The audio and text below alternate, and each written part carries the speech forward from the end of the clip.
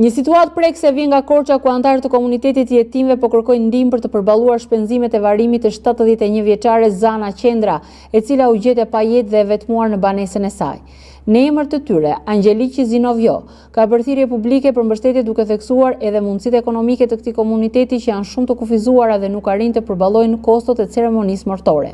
Deri më tani, një agjenci funerale është treguar e gatshme të ndihmojë duke kryer një pjesë të procedurave dhe formaliteteve të nevojshme, por sërish mbetet nevoja për mbështetje të mëtejshme financiare për ta përcjellë të ndjerën me dinjitet në banesën e fundit.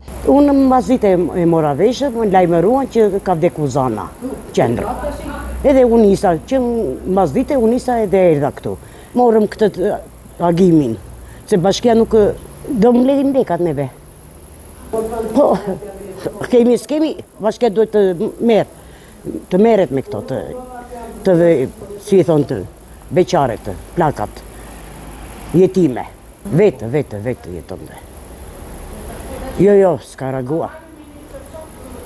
S'ka reagua, deri tash. Erdhi vetëm policia dhe spitali, ambulanca e spitali.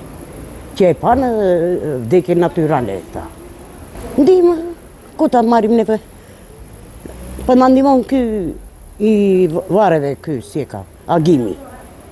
Po na ndihmon në isolli. Ky rast rikthen në vëmendje edhe mungesën e organizimit të këtij komuniteti ndër vite.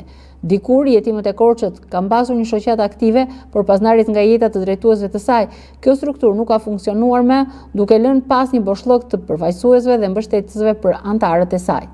Apeli tyre shkon për institucionet dhe qytetarët që të kontribuojnë sadopak në mënyrë që kjo jetë e shuar në vetmi të mos përcillet po në të njëjtën mënyrë.